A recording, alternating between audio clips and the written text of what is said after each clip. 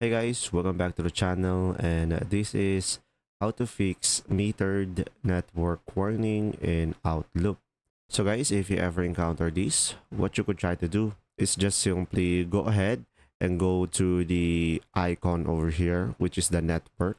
Just simply right click on it, and after that just simply select open network and internet settings.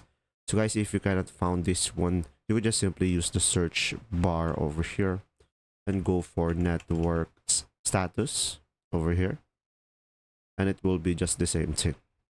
Now from here, as you can see, I am connected into an ethernet.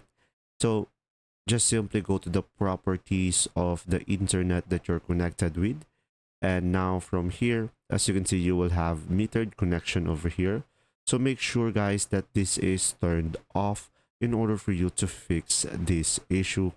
And that's simply about it. I hope this video helped you understand more. Thanks for watching. See ya.